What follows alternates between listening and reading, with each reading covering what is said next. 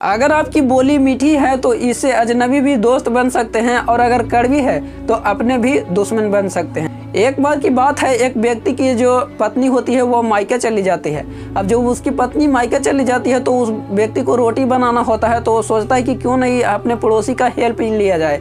तो वो अपने आटा लेकर के पड़ोसी के यहाँ चला जाता है। तो बोलता है कि आप हमारे लिए रोटी बनवा सकते हैं क्या? तो बोलते हैं कि हाँ बिल्कुल, आप अपना आटा दे दीजिए और हम रोटी बनवा देते हैं। तो अपने बेटी को बोलती है कि आप इनका आटा लेकर के रोटी बना दीजिए। अब जो उनकी बेटी थी वो बहुत खूबसूरत थी। अब जो आदमी था वो बेटी को देखता है और मन ही मन में सोच रहा था कि अरे इनकी बेटी इतनी खूबसूरत है, कहीं रोटी बनाएगी, हाथ जल गया, इस तरह तो क्या होगा, इस तरह से सोच रहा था।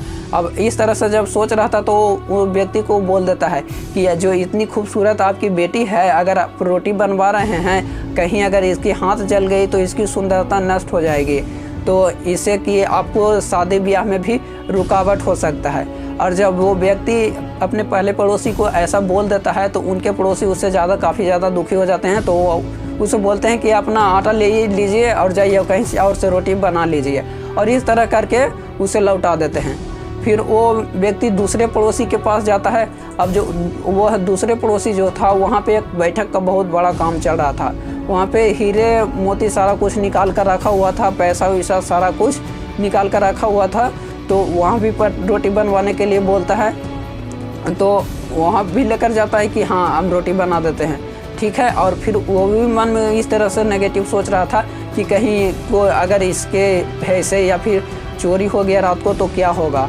और जब ऐसा सोच रहा था तो वो व्यक्ति इस तरह से उसे बोल देता है कि इतना जो आपका धन है, हीरा मोती है, पैसा है, अगर रातों रात अगर चोरी हो गया तो आपका क्या ही होगा। तो इस तरह से जब बोल देता है तो वो व्यक्ति भी काफ़ी ज़्यादा गुस्सा हो जाते हैं और बोल देते हैं कि अपना आटा लीजिए और कहीं और जाकर के रोटी बनवाइए। तो जब इस तरह से बोलते थे तो वो आटा लेकर एक तीसरे पड़ोसी के पास चला जाता है। अब जो तीसरा पड़ोसी है उसे भी सेम बोलता है कि आप रोटी बना सकते हैं। तो बोलता है कि हाँ लाइए आटा बना दीजिए। तो वो अपने बीवी को दे देती है, अपने पत्नी को, कि आप इनके लिए रोटी बना दीजिए। अब जब रोटी बनाने के लिए लेकर जाती है उसके पत्नी आटा, तो वो व्यक्ति अपने बता रहा था अपने बारे में उसी व्यक्ति को कि जब से मेरी ज़िंदगी में आई है मेरी पत्नी, तब से मेरा सारा काल भार काम इसी संभालती है। गाय गोरू को काम हो गया या फिर खेत का काम हो गया, सारा कुछ काम मेरी पत्नी ही संभालती है और मैं अपने पत्नी से बहुत खुश हूँ। तो जब ऐसा बोल देता है कि हाँ हम खुश हैं अपने पत्नी से, तो फिर भी उस व्यक्ति को रहा नहीं जाता।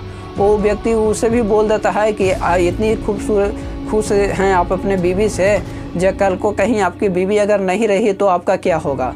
तो जब ऐसा बोल देता है तो उसके पत्नी बात सुन लेती है, वो अपने आटा लेकर आती है और उस व्यक्ति को दे देती है कि पहले अपना बोली सुधारिए तब जाकर के कहीं रोटी बनवाइएगा।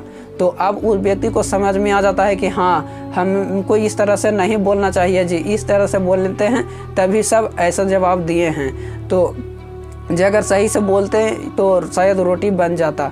तो आई होप दोस्तों इस कहानी से हमें सीखने को मिलता है कि अगर हम सही से बोलते हैं तो मीठा बोलते हैं तो हमें अजनबी भी दोस्त बन सकते हैं। तो आई होप दोस्तों अगर ये कहानी अगर आपको पसंद आई तो लाइक कर दीजिए, चैनल पर नए हैं तो चैनल को सब्सक्राइब कर दीजिए और शेयर कीजिए इस कहानी को। बाकी फिर मिलेंगे दोस्तों अगली कहानी में, तब तक के लिए जय हिंद।